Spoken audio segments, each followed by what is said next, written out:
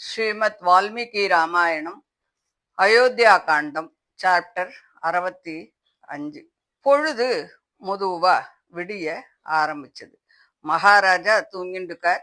அவரை எழுப்பணும்னு சொன்னா ராஜ மரியாதைப்படி கட்டியங்கூர்றவாளும் மங்கள ஆசீர்வாதங்கள்லாம் சொல்றவாளும் பாட்டெல்லாம் பாடுறவாளும் நர்தனம் ஆடுறவாளும் எல்லாருமே அந்த புறத்துல நின்னுண்டு தசரத சக்கரவர்த்திய புகழ ஆரம்பிச்சா. அவளுக்கு தசரதர் செத்து போயிட்டார் அப்படிங்கிறது தெரியாது, இனிமே தானே தெரிய போறது. சோ வழக்கம் போல ராஜாவை எழுப்பணுமே அப்படின்னு அவ ரொட்டீனா செய்யக்கூடிய காரியங்கள் எல்லாம் செஞ்சுட்டு இருக்கா. சிலர் தசரதருடைய அபூர்வமான சில செய்கைகளை எல்லாம் வர்ணித்து அதுக்கு தகுந்த மாதிரி தாளங்கள்லாம் போட்டுண்டு ரொம்ப சந்தோஷமா எல்லாம் அவள்லாம் பாடின்னு இருக்கா. பட்சிகள்லாம் வீழ்ச்சுண்டு இப்படி மெதுவா சத்தம் போட ஆரம்பிக்கிறது. சில பேர்லாம் ஹரிநாராயணா அப்படிங்கிற பகவன் நாமங்களை எல்லாம் பாடுறா. சில பேர் தீர்த்தங்களை எல்லாம் பத்தின கீர்த்திகளை பாடுறா. சில பேர் வீணையெல்லாம் வாசிக்கிறா.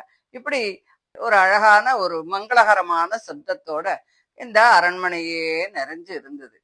அந்த புறத்து ஸ்ரீகள்லாம் மெதுவா வந்தா. அவருக்கு ஸ்நானம் பண்றதுக்காக தங்க குடங்கள்ல நிறைய சுத்தமான ஜலங்கள்லாம் எடுத்துண்டு எல்லாரும் வச்சுண்டு ரெடியா காத்துன்னு இருக்கா. கையில பூமாலை எல்லாம் வச்சுட்டு இருக்கா. ராஜாக்கு தடவரத்துக்கு தைலங்கள்லாம் வச்சுட்டு இருக்கா. ராஜா வாய் கொப்பளிக்கிறதுக்கு ஓஷதிகள்லாம் போடப்பட்ட கங்கா தீர்த்தங்கள்லாம் வச்சுட்டு இருக்கா. ரங்கநாதருடைய திருவடிகளில சமர்ப்பித்த தீர்த்தம் வச்சுட்டு இருக்கா. துளசி வச்சுட்டு இருக்கா. கண்ணாடி வச்சுட்டு இருக்கா. வஸ்திரங்கள் வச்சுட்டு இருக்கா. ஆபரணங்கள்லாம் வச்சுட்டு இருக்கா. புஷ்பங்கள் வச்சுட்டு இருக்கா. மாலைகள் வச்சுட்டு இருக்கா. இப்படி சகல மங்கள பொருள்களும். ஏன்னா எழுப்ப போறது தசரத சக்கரவர்த்தி அவர். சோ அவருக்கு சகல மங்களமான பொருள்களையும் வச்சுட்டு எழுப்புறதுக்காக எல்லாரும் ரெடியா நின்னுட்டு இருக்கா. எல்லாரும் மகாராஜாவை பாக்கிறதுக்காக ஆவலோட வெயிட் பண்ணிட்டு காத்துட்டு இருக்கா. மெதுவா சூரியோதயமும் ஆயிடுத்து. மகாராஜா வெளியில வரல. சக்கரவர்த்திக்கு என்ன ஆச்சு, ஏன் இன்னும் வெளியில வரல அப்படின்னு சொல்லிட்டு எல்லாரும் சந்தேகப்பட ஆரம்பிக்கிறா. தசரதருடைய படுக்கைக்கு கிட்டக்க போய் அந்த ராஜஸ்திரீகள் எல்லாம் மெதுவா தொட்டு பாக்குறா.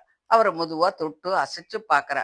சரி, தூங்குற மாதிரி தெரியலையே, சூடெல்லாம் எதுவுமே இல்லையே அப்படின்னு அவளுக்கு சந்தேகம் வந்துடுறது.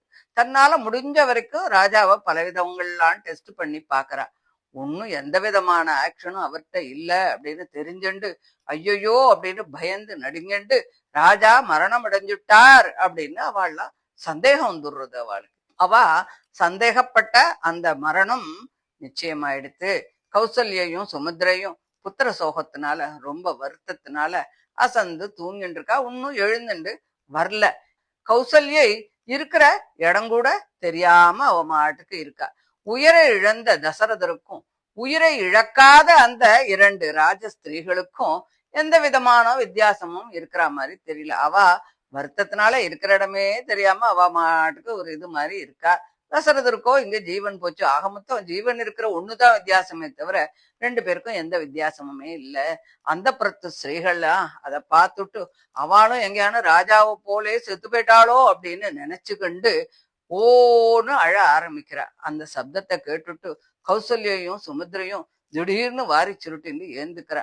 தசரதரை பலவிதமா எழுப்பி பார்த்தும் ஒண்ணுமே பிரயோஜனம் இல்ல அப்படின்னு தெரிஞ்சுண்டு ஐயோ இவர் மரணத்தை அடைஞ்சுட்டார் அப்படின்னு நன்னா தெரிஞ்சுண்டு ஐயோ நாதா அப்படின்னு கத்திண்டே கீழே அவள்லாம் விழுந்துடுறா.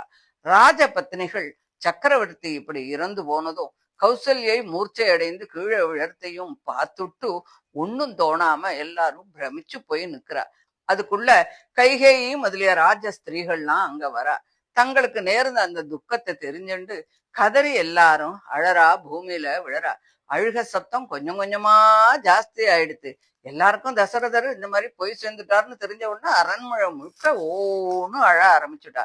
ராமனை விட்டு பிரிஞ்ச அந்த வருத்தமும் அரசனுடைய துக்கமும் அந்த புறத்து ஜனங்களுடைய மனசெல்லாம் அப்படியே கலங்கி போச்சு. இப்போ சக்கரவர்த்தியும் போயிட்டார் அப்படின்னு தெரிஞ்சிட்ட உடனே எல்லாரும் வாயை விட்டு அலற ஆரம்பிக்கிறா. பரிதாபமா அழறா. 3 லோகத்திலும் பிரசித்தி பெற்ற அந்த தசரத சக்கரவர்த்தி இப்படி மரணம் அடைந்ததை பார்த்து அவருடைய மனைவிகள் எல்லாம் அவரை சூழ்ந்துண்டு ஒத்தர் கைய ஒத்தர் பிடிச்சுண்டு அனாதைகள் போல அழ ஆரம்பிக்கிறா அப்படின்னு சொல்லி இந்த 65வது சாப்டரை முடிக்கிறா. இதை தொடர்ந்து 66வது சாப்டரை அடுத்த ஆடியோவில் பார்க்கலாம். தேங்க்யூ.